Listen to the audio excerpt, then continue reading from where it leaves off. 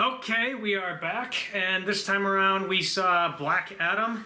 I know it took us a little while, but our schedules were kind of, busy, but finally we are here to see the movie, and I got some things to say about this one, and you do as well. Yep, definitely for sure. So, reaction, what do you think? For me, it was more of a decent movie because it is a kind of like a anti-hero per se of the Black Adam, not so much of the villain Black Adam that we are used to see a lot in the animator or the other universe of the DC. I know Black Adam does play a huge part in the Injustice games, but that's a completely different topic. Yeah, and again, with Black Adam, he's taking more of the villainous in terms of the antagonist against Shazam. Mm-hmm. So in this kind of regard, with Black Adam being more anti-hero, it was kind of an interesting take. So that's your take. Yep. Here's mine. I wasn't really expecting much from this. Yep. When I saw the trailers for this, I thought it was going to be like really bland, just run-of-the-mill superhero material. Yeah. And man, I got exactly what the trailers thought. I thought it was going to be exactly like the trailers, but I'm just kind of blindsided with this one, really. Because are we sure Zack Snyder did not direct this? How do you say that? This movie feels like Zack Snyder directed it. I mean, I got Man of Steel vibes. I got theatrical cut Justice League vibes from this. I don't think I liked this one nearly as much as so many others have, because this movie has an inflated audience score on Rotten Tomatoes. Well, again, a lot of time we have seen in the past where audiences just disagree with the critics just because the critics may say some things, but the audience will actually like the films. And there's also been occasions of where the critics likes it, but the audience don't like it. A lot of this audience reaction tends to be like hardcore DC fans who can't take it when someone trashes something they really love, and they feel like they're all Marvel fans. They're paid off by Disney, which false conspiracy theory, by the way. I don't believe that one bit. Yeah, but I knew with Black Adam, because for me, when I saw Black Adam in trailers, I knew that he was more of an antagonist to Shazam, and he's been on the bad side more often than not. And that's the other thing too, is like The Rock has been trying to get this movie made for years. Like, he's wanted to make this since at least 2014, and he was the original choice to play Shazam, but then he's like, I want to play Black Adam instead. Yeah. And he got his wish. Yeah. But the end result for me is, this is an effects-driven film, and everything else takes a backseat to it. Well, there were some interesting characters too that came in as well. That two of them that we saw a lot in the trailers, but the other two were not, basically. And what would those characters be? Fate and Hawkman that you see in the trailers, and they do appear in the movies. The other two that you don't see in the trailers, but you do see in the film, are Cyclone and Atom Smasher. I think we need to talk about the JSA first before I go into anything else. The Justice Society of America, that's what they are. Yep. Okay, these characters have come out of nowhere in this shared cinematic universe. Like, there's been no setup to them in like any of the other DC movies. They just are here. Yeah, but they are you could sort of say, the minor characters. Few of them are. Well, Cyclone and Atom Smashers are kind of like the minor, you could say, to some of the major characters in the Justice League or the Justice Society, basically. Yeah, and Hawkman is like you could almost say, if there's like 3 tiers, tier 1 being the Superman, Batman, everyone knows them. 3rd tier being not everybody knows them. Tier 2 is like, you may know them, you may not know them. Dr. Fate is around that high tier 2, maybe low tier 1. You know him because of the Justice League Dark, if you read the comics. Or if you know him from the cartoons, Justice League and Justice League Unlimited. Yep, because he makes a good amount of appearances in those. Hawkman is also part of that high tier 2, low tier 1, because again with Hawkgirl, you have Hawkman as well. I actually know that Hawkgirl was going to be in this movie, but for some reason they could not include her. Yeah, I think it might have been a little bit harder to do, but I kind of feel like she is a little bit more of a major tier 1, that you might have to put her in a, again, tier 1 type of, like replica, either her own movie or maybe something to do with either Green Lantern or maybe Wonder Woman or someone in the Justice League. I know there was a Green Lantern movie as of late that did have Hawk Girl. It was Green Lantern Beware My Power, which that's on HBO Max right now, and I do want to watch it at some point. Yeah. Yeah, and again, Cyclone and Atom Smasher, those are probably like in that tier 3. Maybe Atom Smasher falls into the low-end tier 2. But again, you don't know much about them per se, unless you dive in deep and focus deeply into the DC, universe. Yeah, and I mean, I would have preferred if Dr. Fate had a movie prior to this, because that's a character I would like to see the mythos of.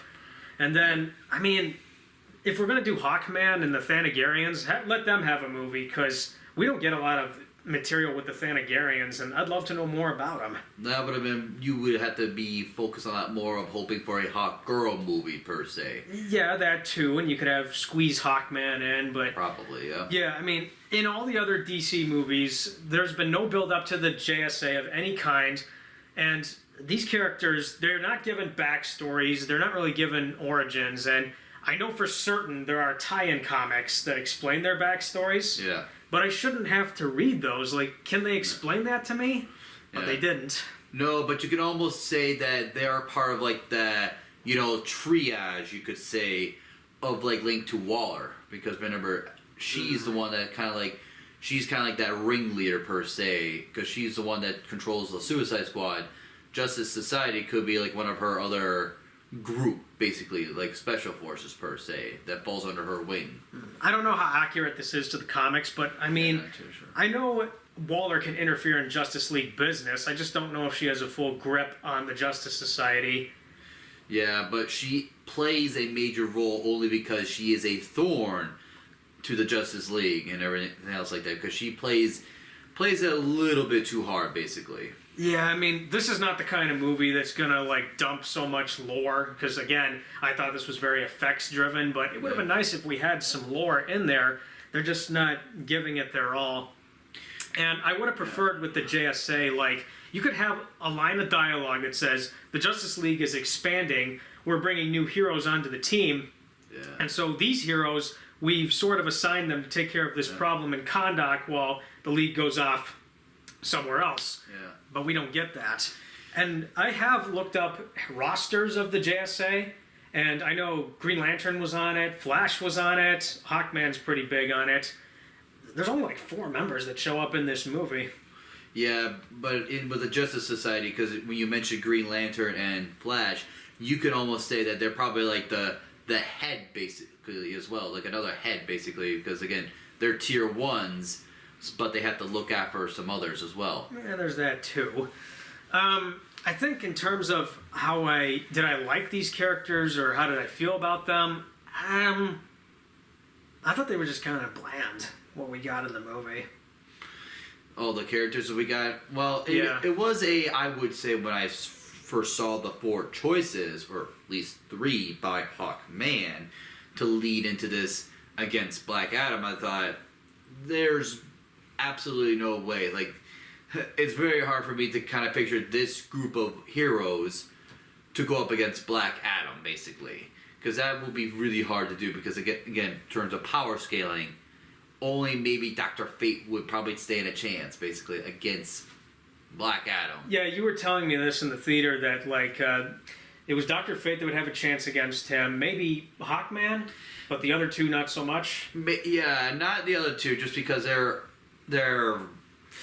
because, again, Atom Smasher, he could grow big and stuff like that. He could probably pull up a good punch, which, like, he did in the movie. Yeah. But ultimately, he's not going to match up against a kind of like a god, basically. Yeah. And Cyclone, yes, she controls the storm, but Adam controls lightning, and he can do, rip that apart easily. Oh, definitely. Now, Hawkman, he can, put up a fight per se, but he can only last so much long, and it showed in the movie that he can put up a decent fight, but it's only going to end in, Black Adam's favor. Yeah, because he's the strong one compared to Hawkman. Hawkman's power level is nowhere near that. Yeah, and of course, Dr. Fate, again, and it showed a few times where it's like, he may not have the physical strength, but he has all the sorceries and everything else like that to potentially subdue or the intellect to kind of like counters and all that stuff. Yeah, that's one way of looking at it. Yeah. I will say with Atom Smasher, though, I don't know if this is a direct ripoff or not, but he reminded me of the Flash from the Justice League animated series. He's the funny comic relief character, the one always making the jokes and stuff. And I'm not saying the other characters did, but I got major Flash vibes from this character. Yeah, his character is a little bit more, comedic, but I thought of him a little bit more as like another variation of Ant-Man. You know how like Ant-Man can grow small, grow big, and all. Yeah, and I mean with the CG animation, it did remind me of Ant-Man, but I just saw this character more like the Flash from Justice League that we grew up on. Yeah, I mean he does have the jokes and stuff like that, but Flash can be a little bit more. He's a little bit more clever with his jokes.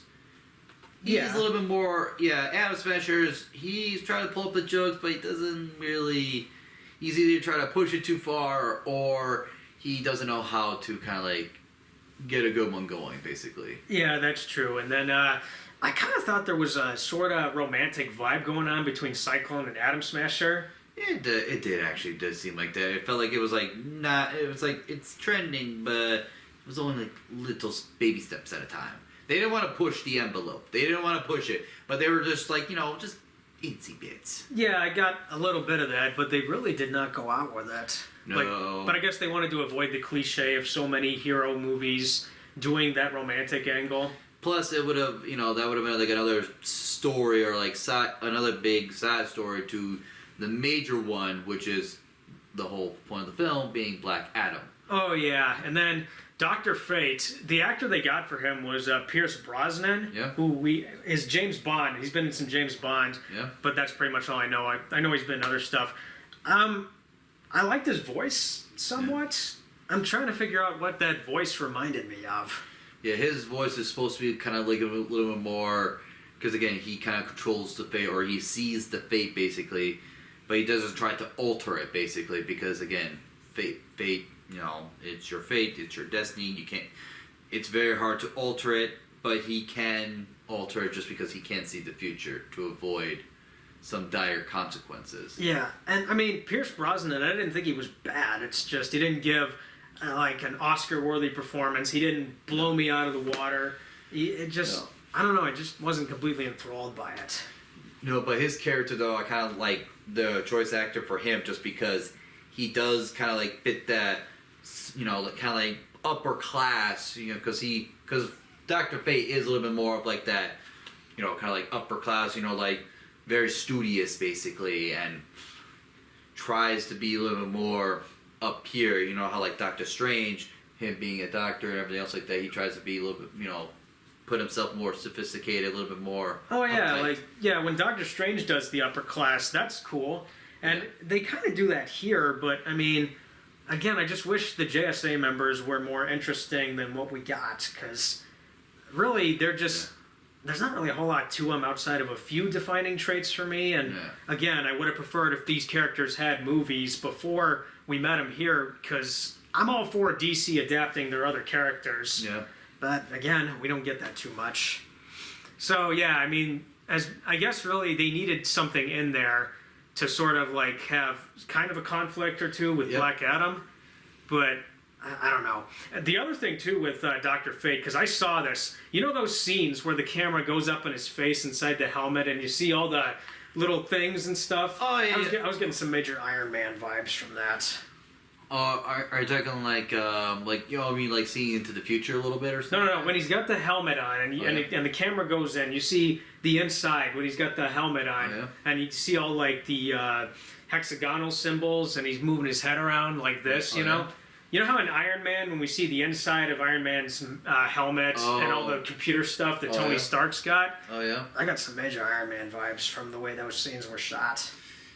Not the see in the future, because the see in the future scenes are their own thing, but when we're inside the helmet, major Iron Man thing. Oh, yeah, he did have some, it did have some familiarities to the Iron Man, or like see someone in the helmet type of vibe, yeah, that is for sure. Yeah, so I think that's really all we can say on the JSA. Now we have to get to Black Adam himself. Yeah.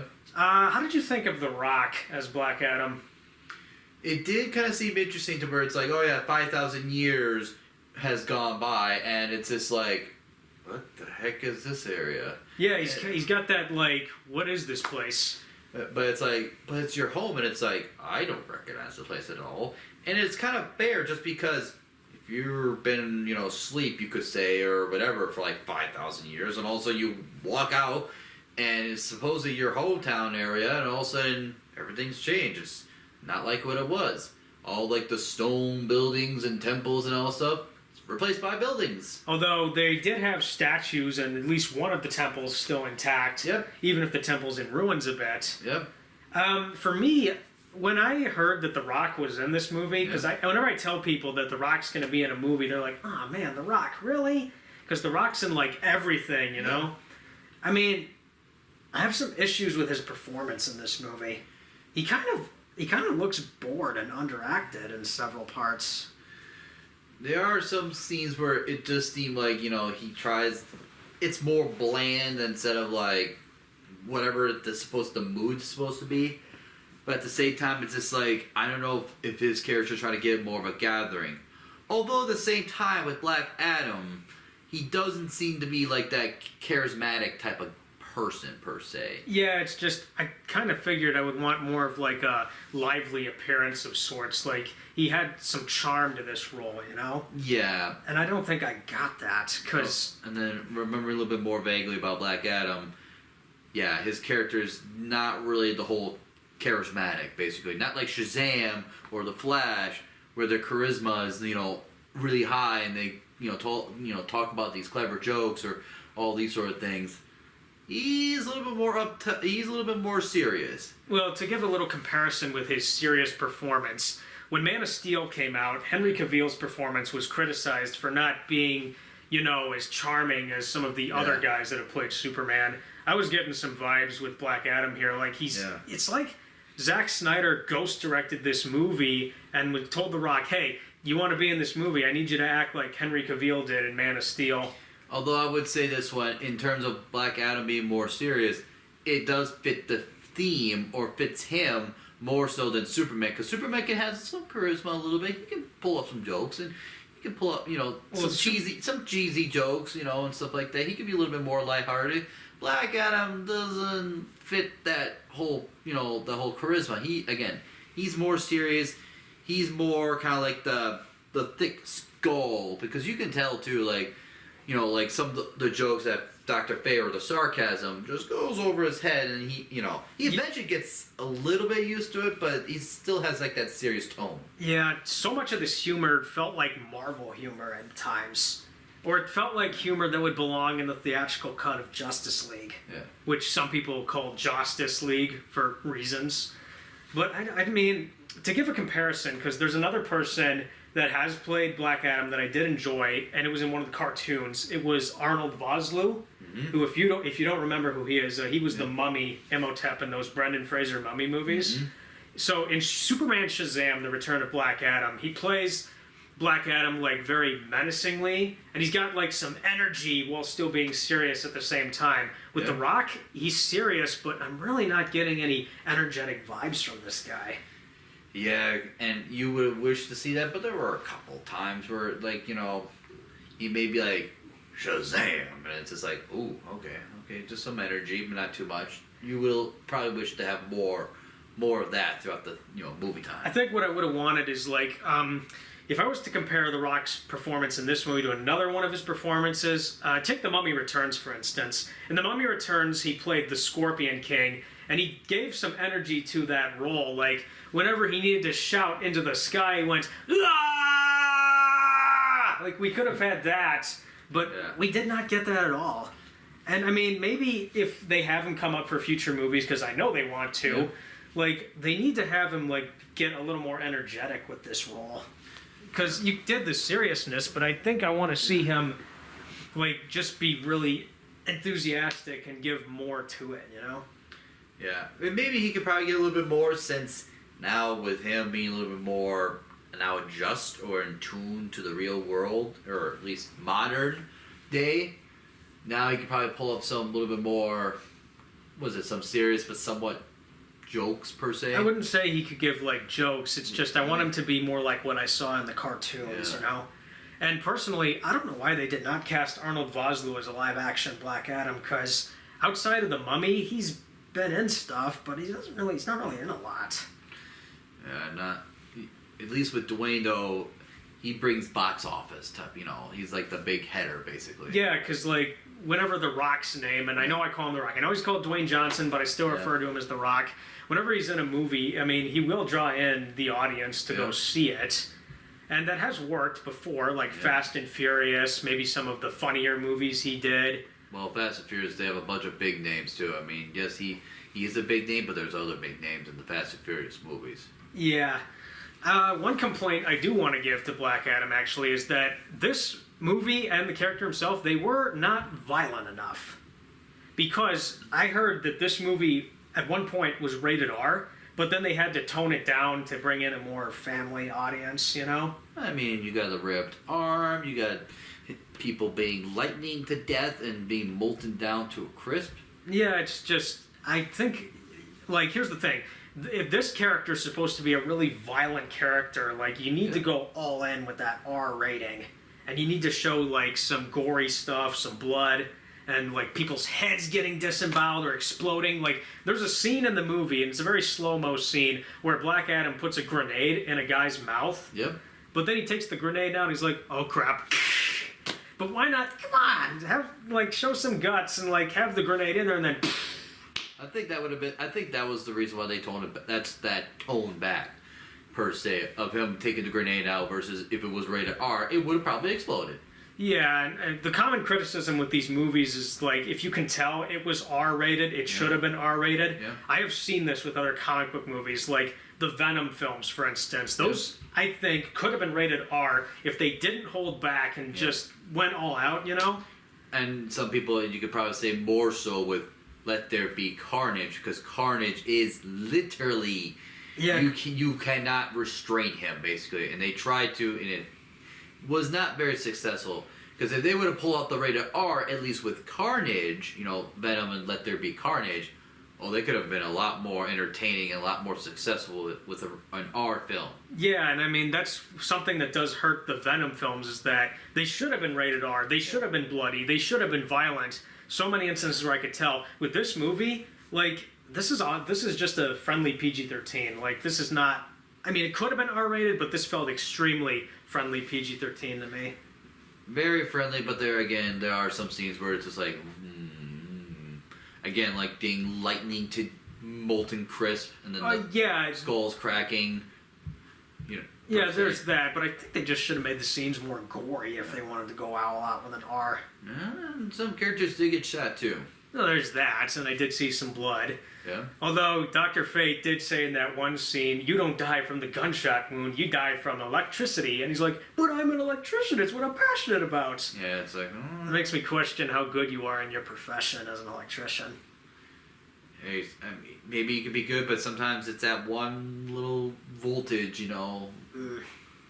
As for the other characters in this movie, there was a very young boy character in this movie, I forget his name, but he's kind of taken on the role of Freddy from Shazam, where he's the big superhero fan, he's trying to give him all catchphrases, teaching him a few things, which is kind of like what we saw in Shazam with Shazam and Freddy.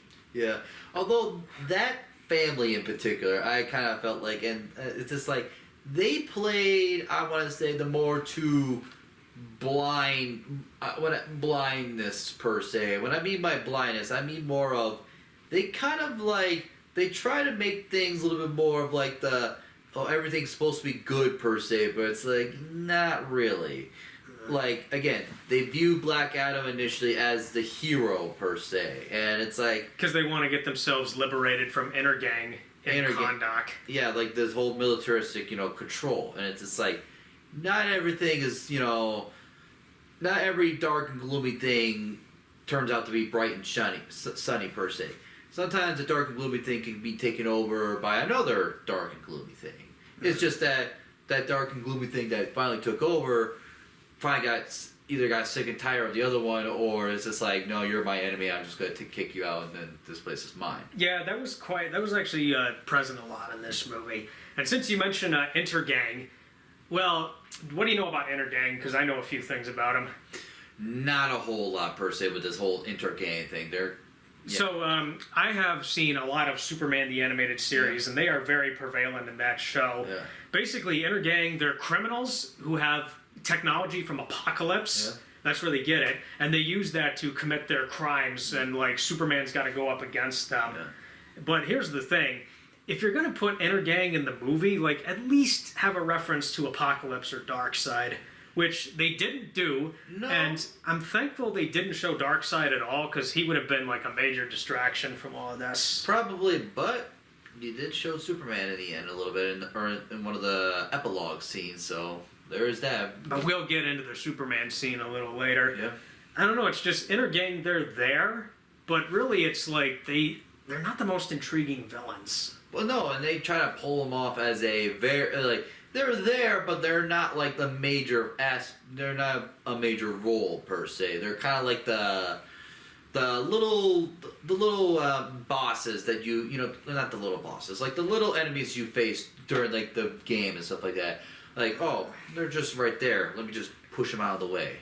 Yeah, because like the big bad in this movie, I mean, I just didn't think he was that great of a villain. Yeah, he's not really, not really like that well known of a villain like you hear in terms of like the other DCs and stuff like that. Not like Trigon, not like Darkseid. Since you mentioned Trigon, see, the villain is Sabak. Yeah. And the way his powers are activated, he just says the name Sabak. Like, this is like a discount. This is really discount Shazam, evil Shazam, and just.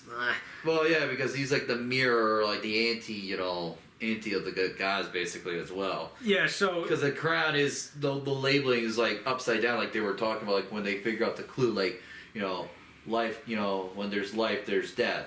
Mm. But then if you reverse it, the whole other quote was like. When death comes life, basically. Yeah, when they said those quotes, I almost expected them to say death is only the beginning, which is from The Mummy. I almost expected them to say that, but those two lines felt so similar to it. And the way the writing is engraved on the crown, Yeah. that's like the One Ring from Lord of the Rings, where the writing is written on that ring. Yeah. But anyway, back to Sabak and how with Trigon. See, when I saw this character in the trailers, I was concerned they were going to do Trigon in this movie, and I'm like, you can't do Trigon this way. You can't, because Trigon is not a villain you just throw in there and be done with him, That's a character you got to build up to, and Teen Titans did that so well in its 4th season. Well, and also with Trigon, he plays, even though he's, again, like part of the antagonist of the Teen Titans, but he is a biological father to Raven. So it's like you can't have Trigon without Raven, per se. Because if Trigon's in there and there's no Raven, what's the point? Yeah, and I was concerned because he looked very devilish, and I was concerned this was going to be Trigon. But then the more I looked into this movie, I'm like, oh, this isn't Trigon? Okay, good. Yeah, no. Because, again, you can't do Trigon without introducing Raven. That's like a critical rule when it comes to that character. Well, yeah, it's like, again, like Trigon being a father to Raven, it's just like, where's Raven then? Yeah, but I mean, he really wasn't that interesting of a villain. And it's like, if you're going to have a villain in your movie, you gotta, like, make him more than just a one-note character. Yeah. He definitely felt like a very light Trigon, and that's... I wasn't really getting many Trigon vibes from this guy, but I'll tell you... Not really, per se. And again, I was being a little bit, very light with, by saying that, per se. Or being a little bit too nice about it, because it's like, he's just like a fire demon, you could say. Yeah, there's that. And then, I mean, there really is not many other characters to talk about with this, because I just didn't find them all that interesting. No, and before he came out, there was the guy who was supposed to be like the descendant of the king, who was the bully, basically. Oh, yeah. That's, I just did not find that character interesting. No, he just seemed like one of those, like, again, like, an annoying antagonist, per se, who got fried really badly because, Adam went, kind of like all... lightning. Yeah, that scene where they go into the tomb and they're digging him up and stuff. I was getting some Mummy and Tomb Raider vibes from that scene. Oh, when they first skipped Black Adam out of it or something? Yeah, I was getting some like serious Tomb Raider or Mummy vibes, which I'm like, the Mummy did this so much better. Any Tomb Raider game probably has done this better. Yeah, and probably Uncharted too a little bit as well, just because again they brought them. You get this artifact, but then all of a sudden the enemy coup comes out of nowhere, just like, okay, give us the artifact basically, or give us this, or give us that. It's just like, yeah, here we go again. I'd have to play the Uncharted games, but I seriously was getting Tomb Raider vibes out of this. Yeah. And then like, honestly, this movie, when I say, are we sure Zack Snyder did not direct this? Yeah. Here's what I mean by this. The fight scenes felt like something Zack Snyder would direct, you know? Like, they seriously felt like they were out of Man of Steel, where they're filmed very close, they're fast, and it's like two gods slamming it out with the earth as their playground. Yep. I mean, and the director who did this movie, he's done stuff prior to Black Adam, but I almost questioned if they fired him, they kept him on there for credit, but then Zack Snyder secretly hijacked this production. Yeah, I mean, there are a bunch of, like, again, scenes where he did seem like, again, there's a bunch of fights where, yes, the little grunts, basically, the soldiers, is like, where you try to hit him in the head, and also it's like, did nothing. Yeah, and the way Black Adam moved with his fights, it's very Superman, like very what we saw in Man of Steel or Batman v Superman or the Snyder cut of Justice League or even the theatrical cuts. Yeah, but I mean, he is a kind of like a god figure, stuff like that with superhuman ability, and also with lightning that would make you really fast. Yeah, and I mean, the whole time I'm sitting there, I'm just like bored watching this movie because I seriously felt bored watching this. Well, yeah, because when you see him against other people, it's like, what threat do they have against him? Yeah, there was no serious stakes. There was no serious stakes. There was no danger I was feeling. Yeah. And I mean, this movie is the very definition of superhero fatigue. Because I know people are talking about that a lot now. I mean, this movie feels like fatigue. It feels like a lot of superhero movies I've seen already before. Yeah. I mean, I'm serious. If Zack Snyder secretly hijacked this film and directed it and fired the other guy, but they still kept him credit and paid him some money, I would not be surprised. Because this seriously felt like a Zack Snyder movie. Yeah. With a little bit of some humor in there. Yeah, a little bit of humor, but yeah, again, it is, with anything to do with Black Adam, there was no particular sense of danger.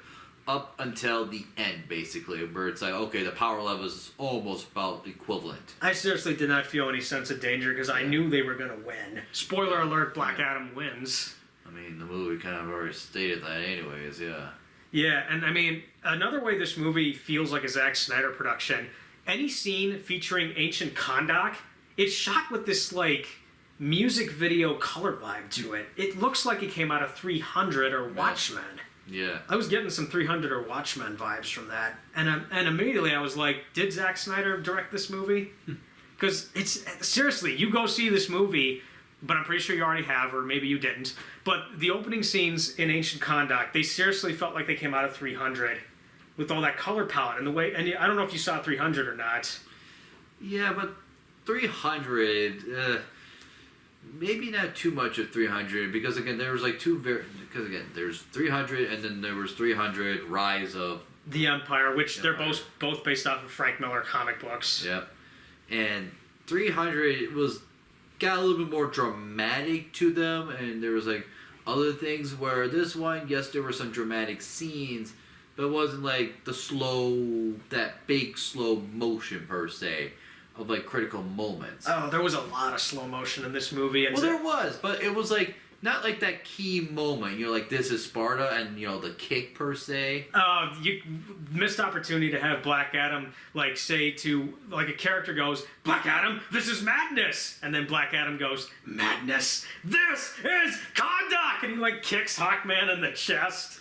Yeah, no, that would have been not something else. Unless they would have pulled something else like that. Yeah, again, there were some slow motion. Yes, there was, but it wasn't like that moment per se. Well, all the slow motion reminded me heavily of what Zack Snyder did in Watchmen or 300. Yeah. But what I mean by the color palette in the opening is that 300's visual style was meant to replicate the Frank Miller graphic novel. Yep. And Zack Snyder replicated that with green screens and the way he shot that entire movie. With Black Adam, I mean, it's the same thing. It feels like the same thing. And speaking of other derivative things in this movie, that scene where you see the mansion that the JSA is in, and then the jet comes out of the ground and stuff, I turned to you in the theater and I was like, that looks like it came out of X-Men. It seriously looks like the X-Jet comes out of the ground. And then you see Charles Xavier in the building, which he's not in the movie, but any scene featuring that jet felt like it came out of X-Men. No exaggeration. And then there was a scene in the trailer that they cut. It wasn't in this movie, where Black Adam's like flying away from these two F-22s or something. That seriously looked like, in the trailer, that scene, I don't know if you saw it, but it seriously looks like it came out of Iron Man. Oh yeah, I know what you mean, yeah. They did cut that. I don't know why they didn't cut that, or what. Maybe it would have played in the beginning, where the fire jets per se when he did that, but that was probably another one per se, but I don't know why. Although they did blow up the two helicopters, so like I said, I wonder if it would have been part of that sequence per se. There were a lot of, well, I wouldn't say there were a lot of explosions in this, but they had a decent amount of explosions. Yeah. One reviewer who did review this movie said the action in this movie is like what you would see in the Transformers movies, but I didn't get that vibe at all. I seriously thought the action in this was like something Zack Snyder would direct. Because Michael Bay would never direct his action sequences like this. Yeah. But again, I would also say, again, going into the family, because that family in particular, I just have my little grudge a little bit for some reason, just because it's like, it's not home. You got a grudge against the family in this movie? Well, not like a big grudge, but it was just more of like a really family. Like the mom or the lady that's just like, again, he's trying to make everything seem, again, like perfect. Again, I get it with them. It is you're being, under military control per se. But again, this is like, you free one, you get out of one, but now you're in another one, basically. Oh, yeah. And the son character, because I forget his name, I seriously have forgotten the names of these characters because I just didn't find that interesting. There's this really cheesy scene featuring the son character where he goes up to all the people, he stands up with his cape like this, and he tries to inspire them with the symbol and stuff. Yeah. And then the people are like, let's rise up! And I mean, that scene was so cheesy. Well, at first it was like, what the heck are we doing? And then they sort of did that. It's just like, really? You did a 180? But again, like, the mom is trying to play more of the, like, come on, come on, you're supposed to be the hero, basically. And it's just like, he's not the hero. And he said that how many times? He's not a hero. I don't know how many times Black Adam said it, but just, This film was just really hard to follow because I was seriously bored watching this. Yeah, he even said it himself, did he? He said he's not a hero. Yeah, I mean, another line too, there was a line in this movie that really bothered me where Hawkman's like, you killed those guys, heroes don't kill people. And then Black Adam goes, well, I just did, or I do. And I'm like, we get it, DC. Not every character is Batman. We get it. Yeah. That's something that really bothered me in this movie because it's like, Batman or Superman, because Superman doesn't, well, he did kill in Man of Steel, but we know Superman's not really a killer. No, he's not, per se, yeah. And that's the thing, too. And that's one of the complaints, too, about, I guess I should say, a lot of the Superman fandom would say, Superman doesn't kill, but then, of course, you point out, he did kill. In Man of Steel, and that was Zack Snyder's decision to have him kill. Yep. But then he kills in Injustice, only when he kills in Injustice, it makes more sense in Injustice. Well, yeah, because in Injustice, it makes sense. It's because, what he kills because, again, Lois died, and his son died. And then Metropolis got nuked. Yep, so of course he feels all this rage, and then of course he gutted Joker. Yeah, and I mean, that scene had more impact than, like, say...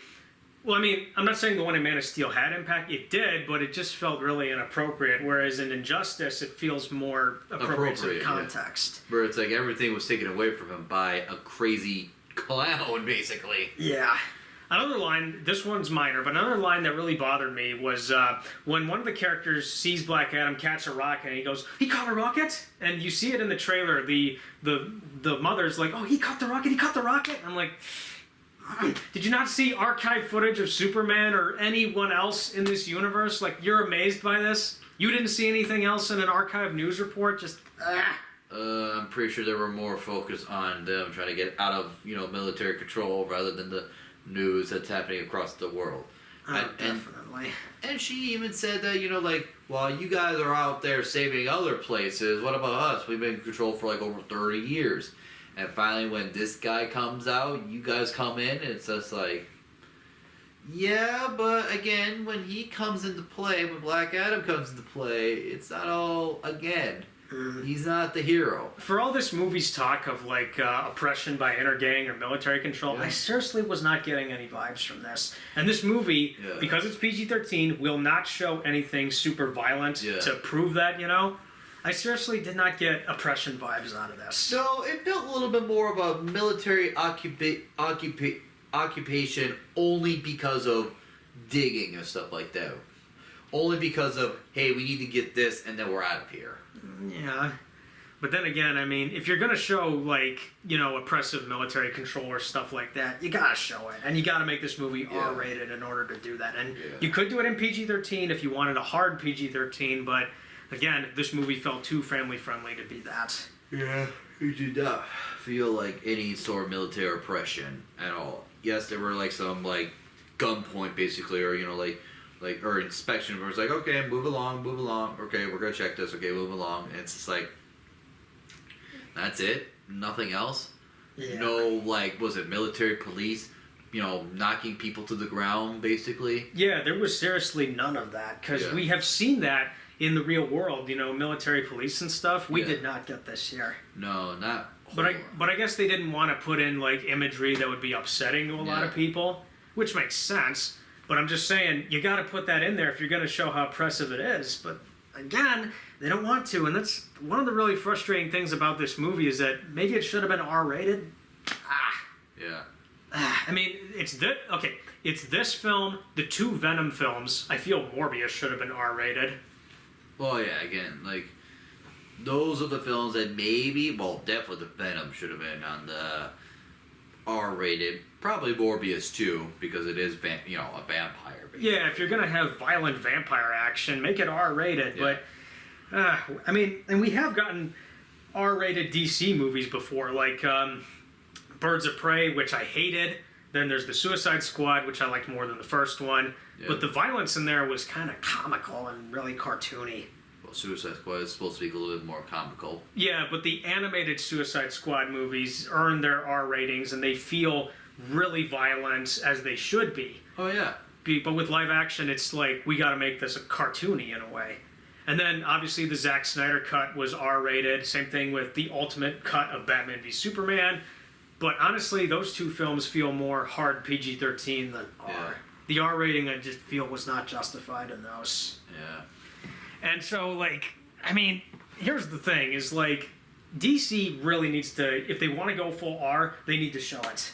Don't cave into the PG-13 sometimes, but they don't want to. Yep. Another thing that really bothered me with the Sun character, the way they introduce him on his skateboard and his hoodie, it looks like this. It looks like this, and he's on the skateboard. But the way they introduce him is with Bullet with Butterfly Wings from Smashing Pumpkins, a band I really like. But it's why introduce him with that song? I mean, they couldn't have picked something else, because if you're going to use Smashing Pumpkins, put it in the right context. But they didn't. Yeah. I don't know, it's just... I mean, also, did this film feel overly long to you? Because to me, it didn't feel long, but it felt like it hit its runtime mark the way it needed to. It didn't feel long. I would say that. It did not feel long. Yeah, because, I mean, this is a 2-hour, 4 or 5 minute movie. Yeah. And, I mean, really, honestly, like I said, this film is effects heavy. It's very light on everything else. Yep. And for 2 hours of visual effects, we have seen this before. Yeah. We're still doing it nowadays, because it's I'm not saying your movie can't be effects driven, it's just I really need a story in there. Yeah, it would have helped to get a little bit more of a story in there, a little bit more. Yeah, another thing that really bothered me with the Kahndaq opening was, that narrator who's narrating Kahndaq? She was so monotone. Yeah. Like, she wasn't not enthusiastic. It wasn't very exciting one bit. It, like, they needed to get, like, Oded Fair back from the Mummy movies. Because in the Mummy movies, he's like, Thebes, city of the living, crown jewel of Pharaoh Seti the First. Or in The Mummy Returns, he's like, 5,000 years ago, a fierce warrior known as the Scorpion King led a great army on a campaign to conquer the known world. Like, he showed so much enthusiasm when he narrated in those movies, and they should have brought him back for Dr. Fate, because he was Dr. Fate in Justice League and Justice League Unlimited. Oh, yeah? They seriously should have brought him back, because he's not in a lot of stuff. Yeah. But if you had Oded Fair, Arnold Vosloo, and The Rock in this movie, it'd be kind of a quasi-Mummy reunion. Yeah. But the question is, who would Brendan Fraser play? Who would Rachel Weisz play? The actor that played Jonathan? You're like, I don't know, they could have done a quasi-Mummy reunion if they had gotten those people together and figured it out, but that would be something else entirely. Yeah. I mean, it's just like, yeah, that opening narration, I just did not like. I did not like it. Oh, another thing, too, that bothered me about the opening, they omitted the 7 deadly sins. Like, this movie contradicts what we saw in Shazam. In Shazam, the wizard's like, we chose a champion, but we chose recklessly. He used his powers for revenge and unleashed the 7 deadly sins upon man. We do not see them. Like, he gets his revenge, but they do not show up. Well, again, remember, that story was a little more on the not true side of thing. Because remember, because you hear this story, and it was supposed to, you hear the first story, which was like making Black Adam more heroic. Then the Justice League told another story where he made a little bit more of a not really good guy, it's more of a one bad guy taking down another bad guy, per se. That was how the Justice Society told it. Yeah, Justice Society told it. The Wizard told his side of the story, but the Wizard's makes more sense. Hold on a sec, folks. We just gotta adjust something quick.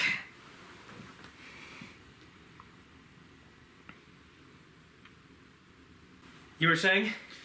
Oh yeah. It was just like you heard the story of the good story, then you hear the bad story, then you hear like you said, the Dr. Fate or something like that, his story, then you hear the actual story, which is told by Black Adam himself. I just kind of feel like, though, they should have kept continuity with Shazam, because when you establish something in a previous movie, you gotta live up to that. You can't contradict it. Yeah. And there are superhero movies that have gotten away with this stuff in the past, like the X-Men films, for example. They've set up stuff in the earlier films that was contradicted in later stories.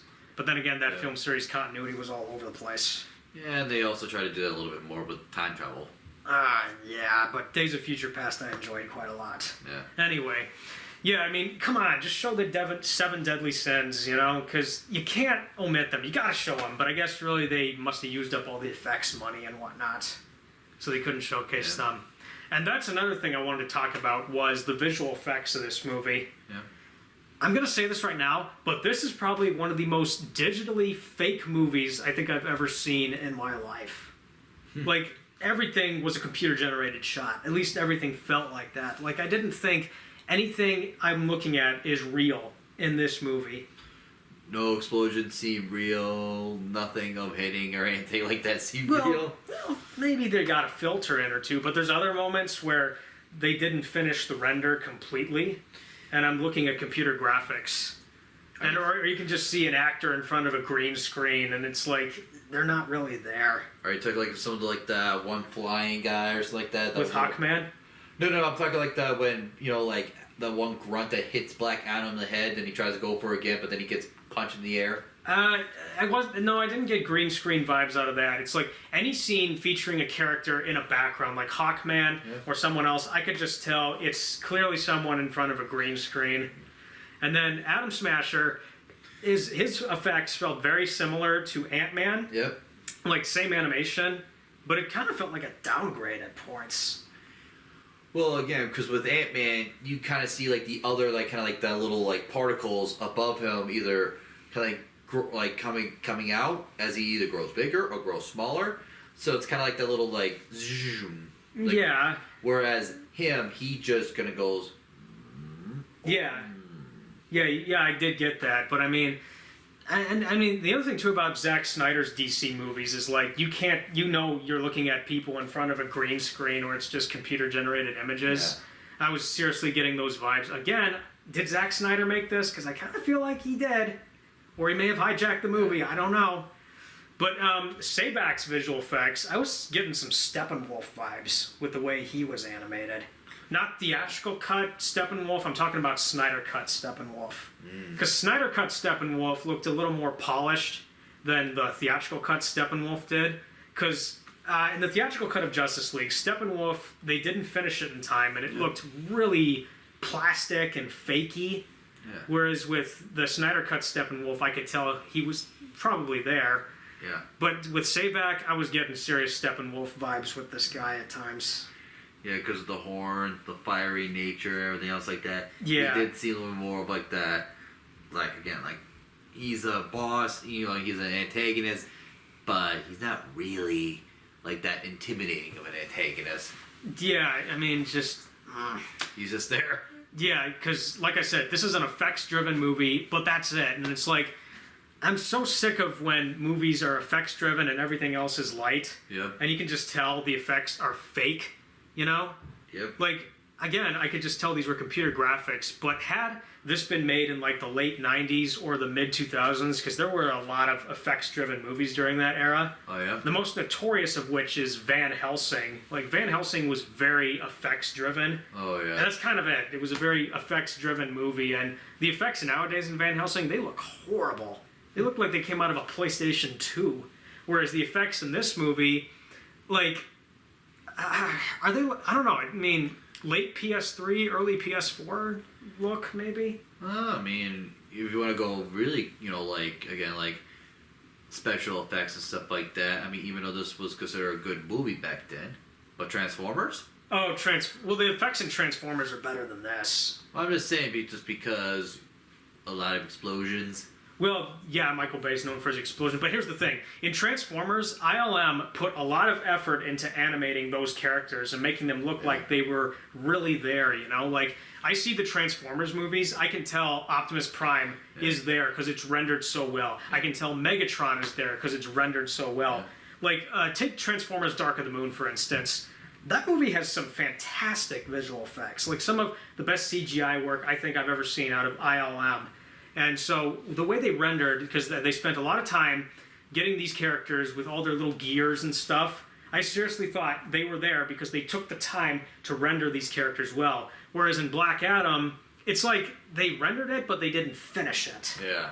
And that has happened a lot in a lot of effects-driven pictures. But maybe you have something a little more to say on that. About which one again? Like, when it comes to stuff that's rendered well and stuff that isn't rendered well. Like, have you ever seen a movie where you could tell maybe they were halfway through finishing the effects and they look terrible? There are some movies, you know, a good chunk of movies I've seen in the past where, yes, the renderization is terrible while some others were great. Can you think of a few examples? Well, I could probably, I have not seen this one per se, but I have seen clips and highlights and people complain about it, but Avatar, The Last Airbender movie. Which we should not mention because M. Night Shyamalan did the fans dirty on that one. Yeah, that was just terrible and stuff like that. And of course, it doesn't take 5 people to bend one tiny rock. Yeah, I mean, he could go on a rant all day about how bad that movie is. Because I don't know how many people who watch this that watch 2005 through 8, but Avatar: The Last Airbender, the animated Nickelodeon, that was a really good series. That was a really good show. Can't discredit that. Good from the beginning, good to the end. And unlike Black Adam, Avatar was very story-driven. It had interesting characters, and there was a bunch of cool stuff in it. Whereas with M. Night Shyamalan's Last Airbender movie, it's like, I wouldn't say it's effects-driven. It's just a bad attempt at making a classic cartoon into a live-action movie. It was a very bad attempt, and also too, since it was a movie, you tried to shorten that whole timeline into a movie, which is with that very hard to do because each story, each episode had its own unique story which builds up the character. It's very hard to try to rush it.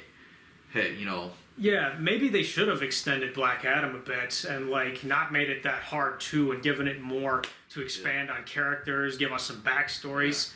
I do not think there's an alternate cut of this, and if there is, maybe it'll save the movie, maybe it won't, but I'm not asking for an alternate cut of this. Yeah, no, I don't think there's gonna be any alternative cuts to the Black Adam. Yeah, because... Well, maybe, but because again, like you said, the fighter jets, actually, because they took that out. Yeah, maybe there were other things they took out, but they were so minor, I would not even know. But I think we've sort of talked about all the major details with this, except for one, and that would be the appearance of Superman. At the end, yes. Or at least in the epilogue, after Waller kind of gave Black Adam a warning, basically. Which he discarded as his character would do, basically. Yeah. But the moment that he destroys the message is the moment where Superman just instantly came in. Yeah, and I did know about this before going into the movie that Superman was going to show up, because that was one of the few things I got spoiled on. I was kind of picturing in my head what the scene would look like. What we got was not as epic as I thought it was going to be. Well, it had to be kind of like not as like revealing right away, because it would have been kind of like way too kind of like that obvious per se of like him exploding the message and all of a sudden just the cloud of death kind of like going whoosh. Yeah. As soon as he jumps in, basically. Yeah, he like comes down and then you see him go through the smoke, and they do play the old John Williams Superman theme, which, I mean, that's a classic theme, but why not just play the one from Man of Steel? Because I do like the score of Man of Steel. Why not just play that theme? But I guess really people are nostalgic for the old Superman stuff, and there was a lot of criticism of Zack Snyder's depiction of Superman, which is justified. Yep. But, I mean, he's got the classic blue and red suit, and he's got that little hair twirl. Yep. And obviously The Rock wants to fight Superman in the future, along with Wonder Woman and Shazam, which we're probably going to see at some point or another, because there's a new Superman movie in the works, there's another Wonder Woman in the works, the Shazam sequel's out by next year. Yep, Shazam should be something, for sure. And again, Shazam was always seen to be the foe to Black Adam, because they both come from the same background, basically. Yeah, and what they should do, maybe, if they're going to have Superman fight Black Adam, call it Superman Shazam, and then something with Black Adam in the subtitle, you know? Yeah. Like, do that. Have the two characters show up, have them take on Black Adam in the same movie. They could do that if they wanted to. They could, because again, with Shazam, they did show Superman in the end of that one. Same way how they show Superman in the end of Black Adam. Yeah. In terms of like the epilogue scene or stuff like that. Yeah, I mean, they could do that if they wanted to, but I mean, I don't know. I just was expecting more out of this post-credits scene. I really was. Oh, another derivative thing I forgot to mention is that the end credits for this movie, they felt like Avengers end credits. Or you talk about how they kind of show up each of the helmet and armor. Yeah, at the end of the first Avengers, I was getting some Avenger vibes from the end credits. I mean, does this movie have an original bone in its body? I don't think it does. Not a whole lot, but it does the job decently. Well, maybe for you it was decent. I just felt like... Okay, you know what? I'm going to give closing thoughts on this. Closing thoughts is that if you are a hardcore DC fan and you enjoy DC and you don't care what the critics say, you are probably going to like this movie. If you did not like DC's previous efforts, if you really didn't like the Zack Snyder movies, you're not going to like this movie. For me, it's a decent kind of like DC film. It's a decent anti-hero film. Not so much of like the villain per se. It takes more of an anti-hero approach with Black Adam in this one. Yeah, they do the anti-hero thing, but even I was really frustrated with the way they handled it in this. Because it's like, I know what they're doing, but the problem is they need to make this interesting, and I do not think they were making it interesting. Yeah. We'll see if they make them more go touring, in which they probably will, more the antagonist route. Because again, an anti-hero, you can either stay as the anti-hero, you can either go to more hero, or you can go more towards, antagonist. Yeah, they could. Villainous. Yeah, they could. But please give The Rock more energy in this role. Like, make him go over the top acting if you have to. Like, again, when I went, "Aah!" Like, have him do stuff like that. Because he really was not doing that one bit. He did a couple of them, again, with the almighty shock at when he tried to stop everything, stop the bull from getting the kid and everything else like that. Oh, that scene where he stops the bullet from hitting the kid, Yep. like, you know what's gonna happen. He's gonna save the kid. Well, yeah, but then afterwards he kind of shocked the entire vicinity. Yeah, that too. Actually, there was this scene where he goes into the base and then they're playing this like pop song in the background that I haven't heard since like 2010, you know? Yeah. Because I remember the pop, I know exactly what pop song it is. They were playing it in the background when he's going through the base and beating up all the bad guys. I haven't heard that since The Social Network came out. Because they played that a lot in the ads for that movie. Well, they also did play Painted Black, you know, in the beginning too, when he went destroying all the military in the desert. Oh, yeah. Like, the way that scene was shot, I got 300 vibes out of that, too. This movie seriously feels like a Zack Snyder movie at times. Yeah. And I don't get it because I have not seen this director's other work, but I know some of the other movies he did prior to Black Adam. He did a bunch of Liam Neeson action movies. He did The Shallows, which was that one shark film where the surfer goes out in the middle of the ocean or something and she's got to survive against the great whites. He did his own share of horror movies like Orphan and the House of Wax remake.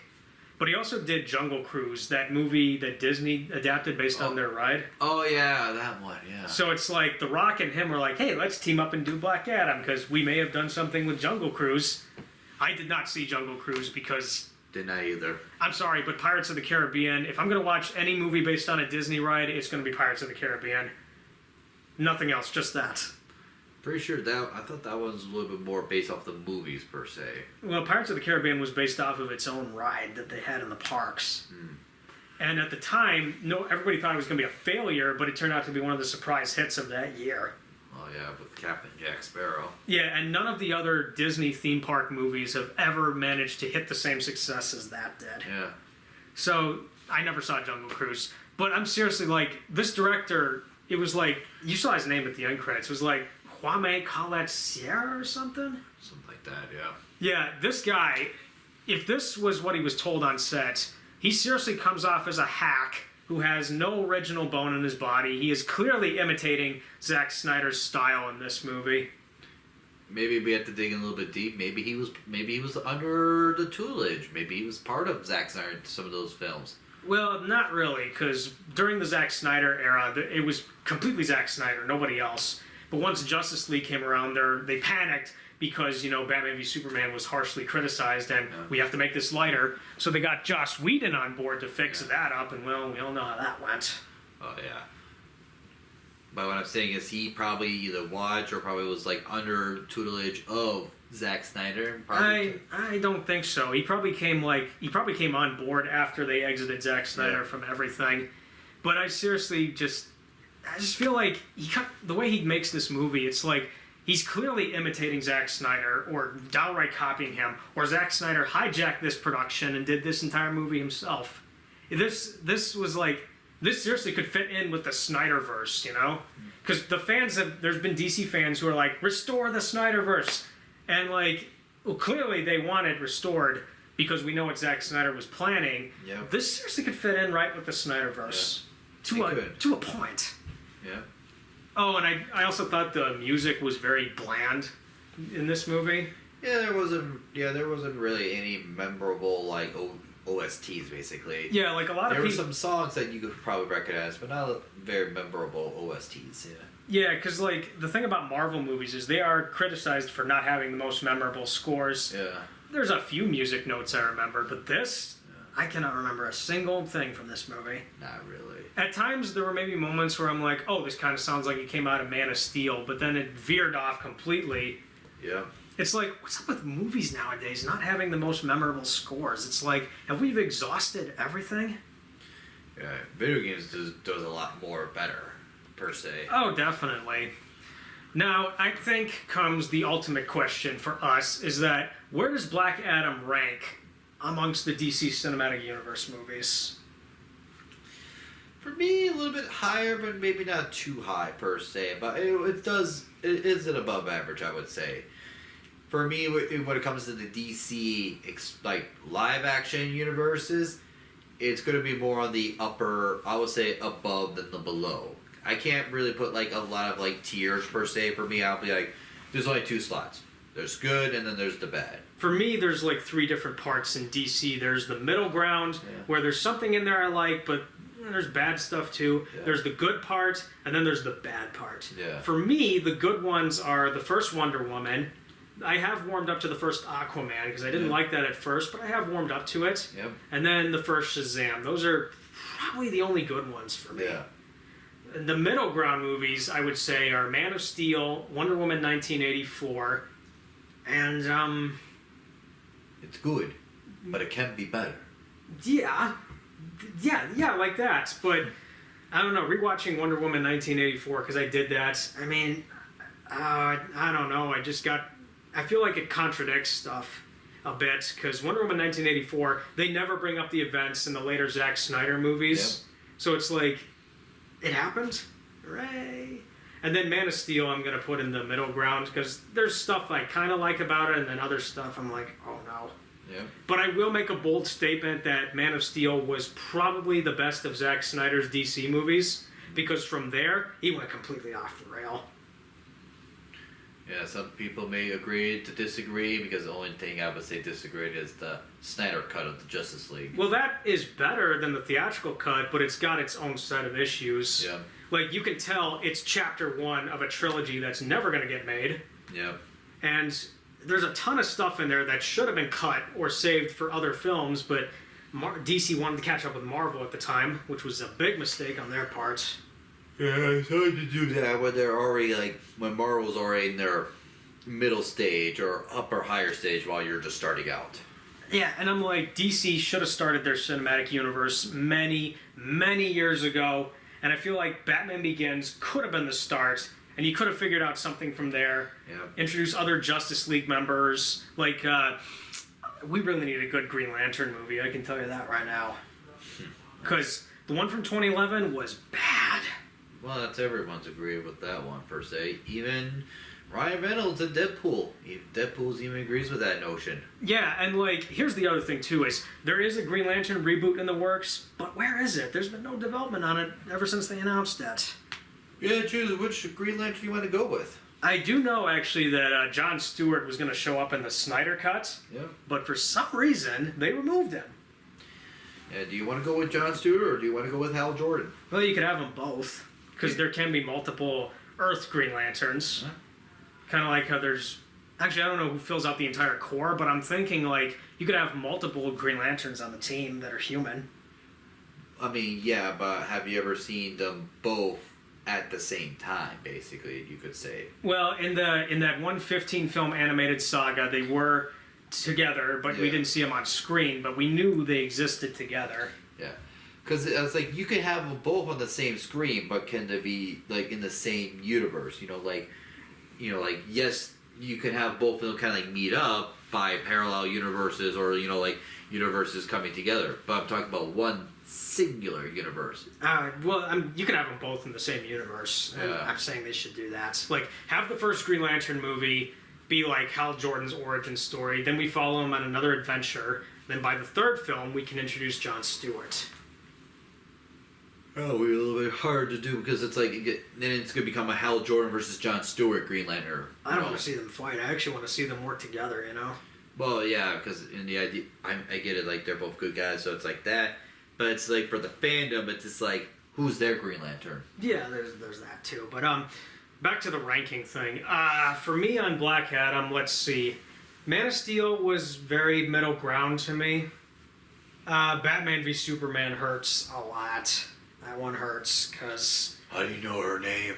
it's not that. It's there was so much they crammed into Batman v Superman that I'm like, really?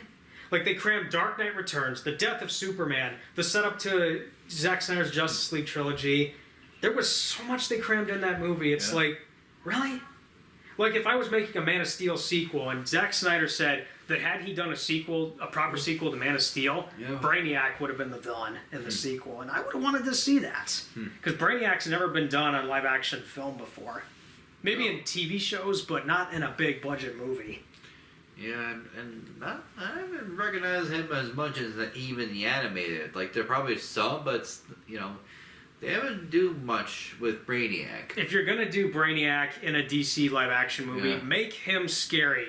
Because I think Brainiac should be a scary, intimidating villain that's a real big threat to the Justice League and Superman. Well, yeah, because he's super smart and everything else like that. Plus, he controls like a really, scary-looking robot army. Oh yeah, definitely.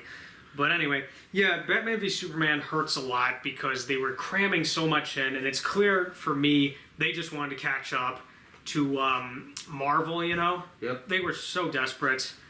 The first Suicide Squad, I think, is a very unremarkable movie. Even looking back on it, it's not very remarkable. And if there is an alternate cut, because I know they want the Ayer cut out of Suicide Squad, even if they make that, I have no idea how it'll save the movie. Yeah. Because the Snyder cut saved Justice League, but I don't know how the Ayer cut could. Let's see. Wonder Woman I enjoyed a lot. The first one I enjoyed. Mm-hmm. What do you think of that one? First one was a really solid one. That one for sure. Yeah. Yeah, like after Man of Steel, Batman v Superman, and Suicide Squad, I needed something like that. Yeah. Theatrical cut of Justice League I felt was not very good. It was very discount Avengers because, of Joss Whedon's contributions. Aquaman I have warmed up to. Yep. Although I feel like you should have had the Justice League in there and have it at least be an adaptation of Throne of Atlantis or something similar to that movie. Oh, yeah. I know there's a comic book of it. First Shazam I've warmed up to as well. Mm-hmm. Birds of Prey was garbage. The one with Harley Quinn and all those other characters. Oh, yeah, yep. Birds of Prey was garbage. That was. Well, I think that was supposed to be the sequel to the OG Suicide Squad. Oh, it definitely was, but that movie made Harley Quinn insufferable. Because, for some reason, there's this, I know there's a TV show of her on HBO Max, but it's there's this strange obsession with, the character's popularity, But they've taken it to 11, and this Birds of Prey movie just, no. It does seem interesting how that particular character in Harley Quinn has become a lot more of the sudden burst of popularity, but she was always been the sidekick to the Joker. Yeah, and then she went off on her own, and she and Poison Ivy have teamed up on occasions. Yep, and also has some romantic relationship with each other. Oh yeah, and that's the other thing too is Margot Robbie wants to make a movie featuring her partnership with Poison Ivy. Yeah. Which they could make that, but someone's going to tell me, well, the cartoons are going to do it so much better, and they obviously will. Well, I mean, you're already seeing that with the, like you said, the HBO, that animated, with Kuko, being the voice actress. Oh yeah, she's from The Big Bang Theory. Yep. But Birds of Prey was just that was garbage. That's the worst one of the franchise. Wonder Woman 1984, I kind of liked, but it's got its own set of problems. Yeah. And then the Suicide Squad, that was better than the first one. I will give it that. The newer one, yeah, because again, it made a little bit more of a comedic approach, which everyone appreciated more because the Suicide Squad, yes, it was bloody and gory, it could be dark, but it can be funny because you got Harley Quinn, you got some other, funny actors, or funny characters in there as well. Yeah, and James Gunn, he did kind of put his skills with Guardians of the Galaxy to use with the Suicide Squad. Yep. So I got a little bit of that. So for Black Adam, for me, this is better than Birds of Prey, and this is... Well, let me think. It's better than Birds of Prey, but I would say this is better than the first Suicide Squad, Birds of Prey, but I think Black Adam's on the same level as the theatrical cut of Justice League, for me at least. And that this is a very... See, Justice League was a case of really bad production. Yeah. This is an effects-driven movie that feels like a Zack Snyder movie, and there's not really a whole lot to it. For me, this was like a decent anti-hero type of movie. Yeah. Not great, but decent. Yeah, I just really want DC to make something that will blow me away. Yeah. And for some reason, only their animated stuff can do that, but their live-action stuff pales. Yeah, the animated has done a lot more better. And that was actually our foundation that we grew up on, was all those animated shows. And it's I want these movies to at least emulate the shows we grew up with. Batman, the animated series, Superman, the animated series, the 2 Justice League cartoons, Teen Titans. I want them all to emulate that, but they can't for some reason. Yeah, it'll be hard to not going forward without Kevin Conroy.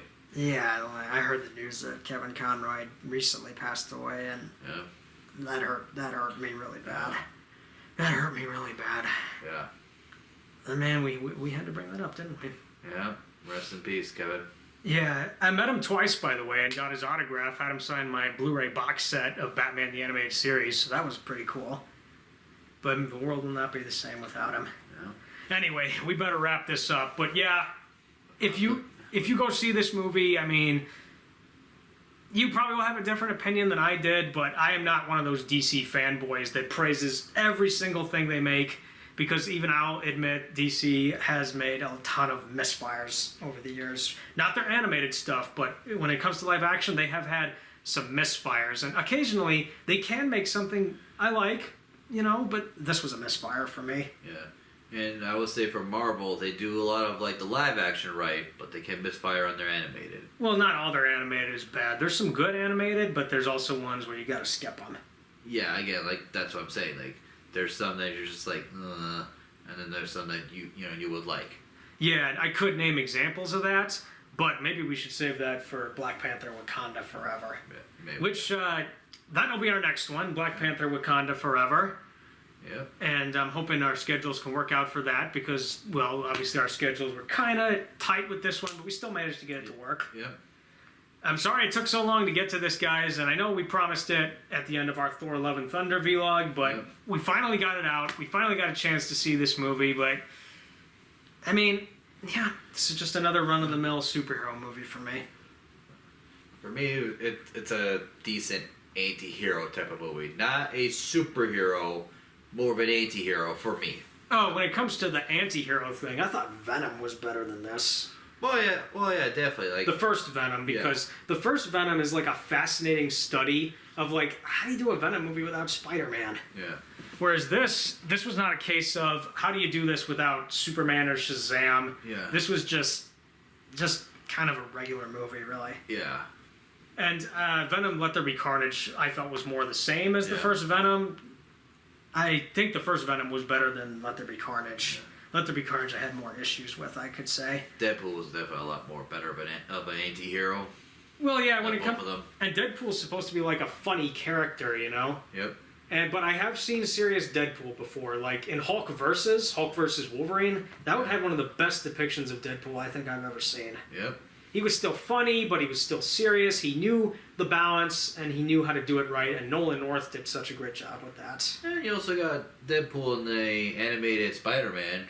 Well, I think it's more of the Cartoon Network side of things. I haven't seen those cartoons to know that. Yeah, I've seen clips of it, and the Deadpool and Spider-Man relationship in that one is actually kind of funny. Which makes me wonder: are we going to see that in a future MCU movie? Because I know Tom Holland reportedly has signed on to do more. Yep, and that could be, that would be a pretty funny combo duo right there. Ryan Reynolds, Deadpool, and Tom Holland, Superman. Spider-Man. Spider-Man, yeah. I was thinking of... We can mix up stuff sometimes, but... Yeah, Tom Holland, Spider-Man, and Ryan Reynolds, Deadpool, definitely be a funny duo. Although, Hugh Jackman and... Deadpool are coming, because I remember you sent me the text message about that, and I was really surprised. Yep. That one's probably be golden, though. That one's going to be golden. Yeah, we'll see where that goes. But anyway, we better wrap this up. So, to all the people who are spamming Rotten Tomatoes with these 5-star reviews saying, like, F the critics and stuff, let me tell you something right now, okay? Let me tell you something. Here's the thing. When I notice that a movie is just run-of-the-mill and bland, I'm gonna call it out. And I am not afraid to fight you guys online. Because if you post comments that come close to DC tribalism, I am not afraid to fight you guys, because I have gotten into fights with Marvel tribalists before. I will tell you that right now. And I have argued with them in the past. Like, true story, but when I was in high school, and there were these guys that really liked the first Avengers movie, And at the time, I didn't think the movie was overly great. I thought it was good. I have warmed up to it over time, but I have gotten into arguments with Marvel kids before. I know that when the Andrew Garfield Spider-Man movies came out, people were praising him and dissing on Tobey Maguire, but I defended Tobey Maguire. And I'm not a fan. I'm not saying that as a fanboy, but I defended him. And it's like, these little feuds and stuff seem to be dying off after a while. Tobey Maguire's still better. Oh, definitely. Like, he and Tom Holland are the best ones for me. Yeah. And I know Josh Keaton did him in Spider-Man, one of the Spider-Man cartoons, and I really enjoyed him. But yeah, if you're a DC fanboy and you attack me, I will fight you guys, or I will rain down the ban hammer on you guys, because I don't tolerate DC tribalism, okay? I just don't. Which makes me wonder how you would fare against Star Wars. Oh, Star Wars fans? How would I fight them?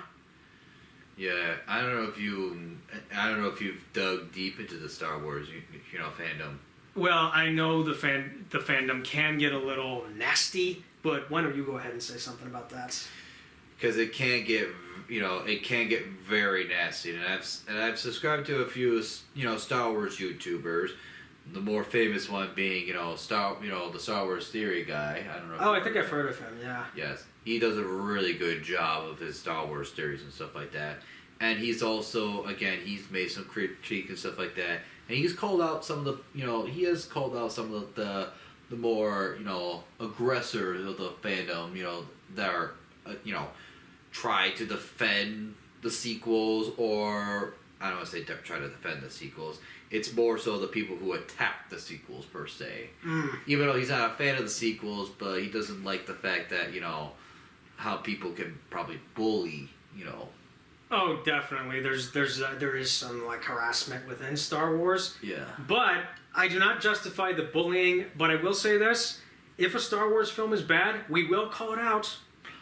Yeah, I would say most of the sequels though is still. If I'm gonna fight Star Wars fans, I'm gonna say something. But Phantom Menace is the worst of the prequels. I will fight you over that one because Attack of the Clones was a step up. It was.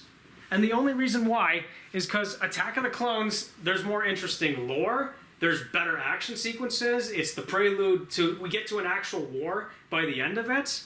And then, well, obviously I need to watch the Clone Wars series, but with Phantom Menace, there's really not much of a war going on.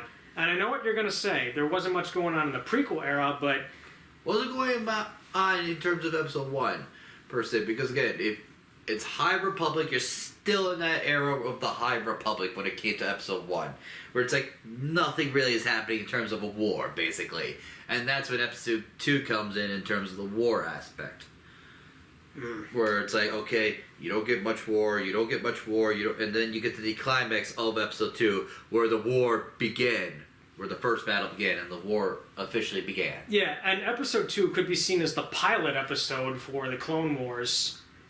The pilot episode or the pilot movie to the Clone Wars entity or the saga, which probably at this point we have dug so deep into that whole war, basically, probably more so than the Galactic Civil War, basically. Well, here's the thing: is with the original trilogy, if you watch those 3 movies back to back, they feel seamless. You don't need to have any tie-in material to understand what's going on, but I'm sure there was tie-in stuff that happened. It's just, you can watch the original trilogy without the need to get into the tie-in material, whereas with the prequels, you need the tie-in material to understand what's going on. Yeah.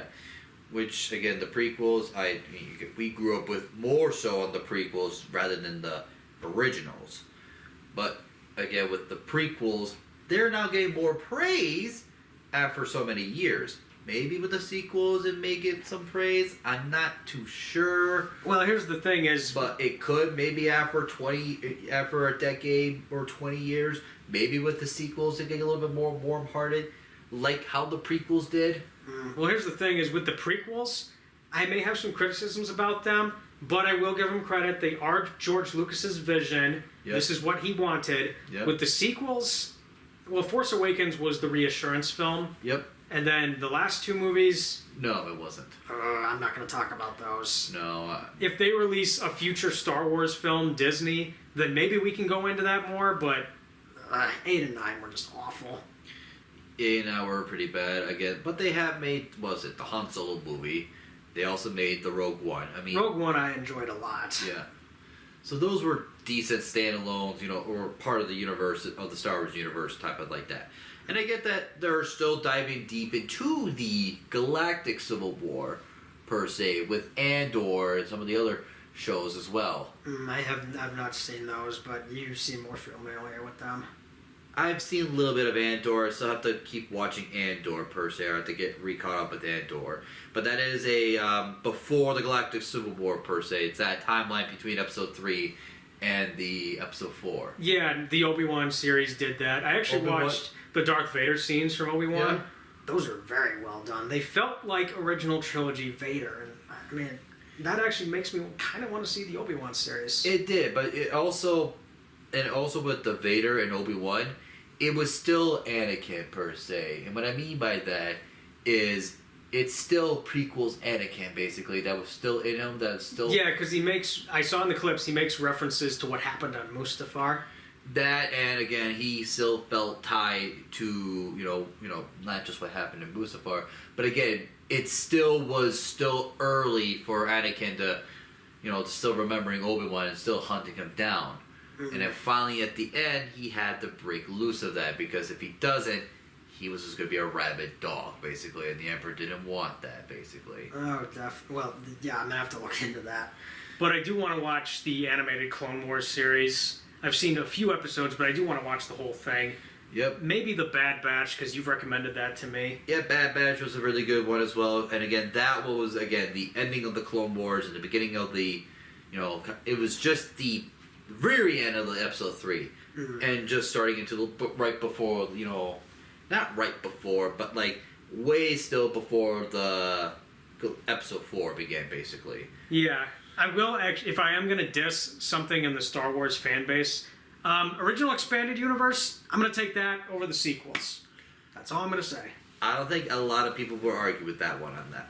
Not a lot of people would argue with you on that one. Because I'm pretty sure there is some interesting stuff in the original expanded universe that, had those been movies instead of books, they would have been fun to watch. Oh, they would have been. And people would love to see, because again, this was George Lucas. It's like you said about the prequels. The sequels and the expanded universes was all under his visions, per se. It was all under his vision. And where he originally had Luke be one of the strongest, if not the strongest Jedi or Force users ever, because he did tap into the dark side, Luke did, but then went back to the light. And he understood the balance between the dark and the light. That sounds way more interesting than what we got in Episode 8. Now, again, in the original, the Emperor did came back, but through cloning, which, again, you saw in 9, and also because of 9, you also probably technically saw in 7 and 8. I know the Emperor was cloned in the original expanded universe, but I'm pretty sure it makes more sense than what we saw. It made more sense, especially with his soul kind of like possession type of thing as well. Because, again, he did dark rituals and stuff like that, which was more of a Sith type of thing, which made sense. Yeah, but here's the thing to conclude our little Star Wars discussion. If I am going to fight Star Wars fans, I will say anything before The Phantom Menace, like Knights of the Old Republic, probably interesting. Would want to look into it, because I know GOG has those 2 games in their store, and I would like to check them out. Knights of the Old Republic, yep, 1 and 2. 1 being Revan, 2 being about Darth Nihilus. And if you're more interested in after that, there is the Old Republic, MMO type of game. Well, there's also the chronological books, which go into some details. Yep. Let's see. Anything before The Phantom Menace, most likely interesting. Phantom Menace, weakest of the prequels. Attack of the Clones, slight improvement. Sequel trilogy, you can skip. And original expanded universe is much more interesting and better. I'm pretty sure it is. Yep. Again, the before the prequels, before the Phantom Menace, that is technically still part of the original, expanded universes per se. Because even though it's not after Episode 6, but it is still way before, and they still have a lot of tie-in materials that helps out explain a lot of stuff in the prequels and the originals. And here's another bold statement I'll make. Star Wars The Force Unleashed, the first one, better than the sequel trilogy. So much better. Yeah, Star Killer would have been a lot more interesting per se, and he was, before Disney took over, he was technically canon. Yeah, and it's like, you could just play the original Force Unleashed, which I did enjoy that for what it was. The sequel, skip, because they never finished the trilogy. Because I know what they were going to do for 3, but they never made it or finished it. Yeah, it's like, with the Force Unleashed before, again, Disney, it was technically canon, but when Disney took it over, it became legend, not canon anymore. Yeah, but long story short, if I was to fight Star Wars fans online, I will stand my ground. I will not back down. Also, they did explain, because I know you were talking about too a little bit. They did recently talk a little bit more, or they did show Dooku's backstory a little bit In that new Tales of the Jedi thing. Yep. Which I should probably see. I've seen little stills of it. Yep. But anyway, that's our. Do you want to say more? I was going to say, they did talk about in terms of how Dooku went a little bit. It explains his path to the dark side, basically. Oh, that's something I actually want to watch now. Yeah. And maybe that Star Wars anime series that's on Disney Plus. Yeah, and that animation and stuff like that, the visions, that's just its own standalone. It's not canon or anything like that. It's just different Japanese studios, anime studios, doing their takes on other Star Wars stories, basically. Oh yeah, but I'm pretty sure it's going to be interesting. Oh, it is very interesting for sure. Well, now and then again, the Tales of the Jedi. It does have. There's 3 episodes of Ahsoka, and then there's 3 episodes of Dooku. Although the stories of Ahsoka's and Dooku is kind of weirdly, because I will say this: episodes 1, 5, and 6 is Ahsoka. 2, 3, and 4 are Dooku's. All right then. Due to chronological, in terms of the chronological telling. All right. Well, we got to wrap this up now, but that was our Star Wars discussion. We are always happy to talk about it whenever. That was. I think this was a little bit more off rant, basically, in terms of the Black Adam. Yeah. We have mentioned Star Wars in our other videos, but honestly, this was probably the most I wouldn't say the most in depth, but the longest we have talked about it. I'm pretty sure your fans at this point probably want you to dive deep into Star Wars after each of your reviews. At some point, talked about Star Wars. If I was to do a Star Wars retrospective, I would have to go really in depth in the lore, which I could do, and also I'd want to bring you on board. Yeah, definitely for sure. I'm definitely a big Star Wars fan. But then again, we'd have to watch the movies, and you'd have to write your own thoughts and statements. We'll have to blend it together, but you never know when that could happen. Never know, yeah. But anyway, that's our Black Adam review with extra Star Wars discussion. You never know if we'll do that again, but our next adventure will be Black Panther Wakanda Forever. Yep. It may take a little while, but we will figure it out. And then from there, we will watch Avatar: The Way of Water. Yep. Which, by the way, that is 3 hours, 10 minutes long, in case you didn't know, to people who are watching. And there might be a lot to say about that one when it comes out. Definitely, for sure. And Avatar. I will be rewatching the first Avatar, because I still enjoy it. Yep. But we will go into that later. So for everyone watching, I hope you enjoyed this little thing we had to say. We're sorry it took so long, but we hope Black Panther Wakanda Forever will not take as long to get to. So until then, take care, everybody. You got any closing statements? Nothing else to say. All right. Peace.